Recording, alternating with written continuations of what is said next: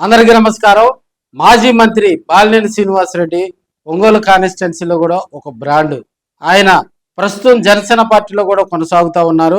2024 వరకు కూడా ఆయన ప్రత్యేకంగా ఒంగోలు కాన్స్టిట్యున్సీలో ఎమ్మెల్యేగా పనిచేయడం జరిగింది. దాదాపుగా 5 సార్లు ఒంగోలు కాన్స్టిట్యున్సీలో ఎమ్మెల్యేగా గెలిచిన తర్వాత ఆయన స్టాండ్ బై రాజకీయాలు తీసుకోవడం జరిగింది. 2024 ఎన్నికల్లో ఒంగోలు ప్రజలు ఆయన ఆశీర్వదించలేదు. 2024లో ఒంగోలు ఆయన ఓటమి చెందిన తర్వాత కూడా కొన్ని రోజులు రాజకీయాలకు దూరంగా ఉండి జనసేన పార్టీలో చేరడం జరిగింది. పవన్ కళ్యాణ్ గారితో కూడా దాదాపుగా 4-5 దఫాలుగా చర్చించిన అనంతరం ఆయనకు ఎలాంటి పదవి కూడా దక్కల. సో నామినేటెడ్ పదవి కానీ అదేవిధంగా ఎమ్మెల్సీ ఇస్తారని కూడా ఆశపడ్డారు క్యాడరు. అదేవిధంగా ఎక్కడ కూడా బాలినేనికంటూ ఒక క్యాడర్ కానీ ఒక బ్రాండ్ కానీ క్రియేట్ కాని వేళ ప్రస్తుతం బాలినేని శ్రీనివాసరెడ్డి రాజకీయ జీవితం వాళ్ళ కుమారుడైనటువంటి బాలినేని ప్రణీత్ రెడ్డి పొలిటికల్ కెరీర్ కూడా అగమ్య గోచరంగా కూడా డైనమాలో పడిందని కూడా మనం తెలియజేసుకోవచ్చు. సో ఇప్పుడున్న పరిస్థితుల్లో బాలినేని మళ్ళీ యాక్టివ్గా రాజకీయాల్లో మళ్ళీ ఒంగోలులో చక్రం తిప్పాలి, లేదా ప్రకాశం జిల్లా రాజకీయాల్లో ఆయన చక్రం తిప్పాలంటే ఆయన ఇప్పుడున్న పరిస్థితుల్లో కూడా మళ్ళీ వైసీపీ వైపు చూస్తున్నారనే టాక్ అయితే వినిపిస్తూ ఉంది. ఇది నమ్మటానికి కొద్దిగా మీకు ఇబ్బందికరంగా ఉండొచ్చు. అయితే ఈ మధ్యకాలంలో బెంగళూరు వేదికగా కూడా జగన్మోహన్ రెడ్డిని సీక్రెట్గా బాలినేని శ్రీనివాసరెడ్డి ఫ్యామిలీ మెంబర్స్ తోటి కూడా కలిసినట్టు సమాచారం తెలుస్తుంది. ఎందుకంటే 2024 వరకు కూడా బాలినేని శ్రీనివాసరెడ్డి ప్రకాశం జిల్లాతో పాటు 2-3 రాజకీయాలు వైసీపీలో శాసించినటువంటి వ్యక్తి. ఆయన 2 సార్లు కూడా మంత్రిగా పనిచేయటం జరిగింది. ఆయనకంటూ వైసీపీలో ఒక బ్రాండ్ ఉంది.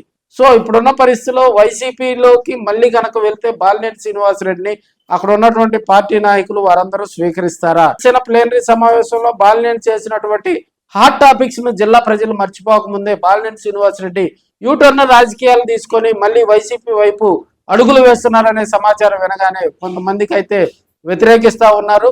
ప్రత్యేకంగా బాలినేని ఫ్యాన్స్, బాలినేని వర్గం చెప్పుకునేటువంటి కొంతమంది లీడర్స్ అయితే ఆయన స్వాగతిస్తూ ఉన్నారని కూడా మనం తెలియజేసుకోవచ్చు.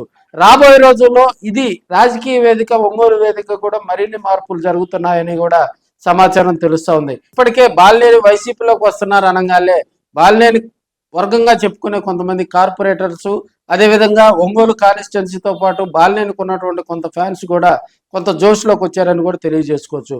బాలినేనికి జనసేనలో ప్రయారిటీ లేదు, బాలినేనికి జనసేనలో ఎలాంటి పదవి లేదు, బాలినేనికి జనసేనలో పవన్ కళ్యాణ్ గారు ఎమ్మెల్సీ పదవి ఇవ్వలేదు.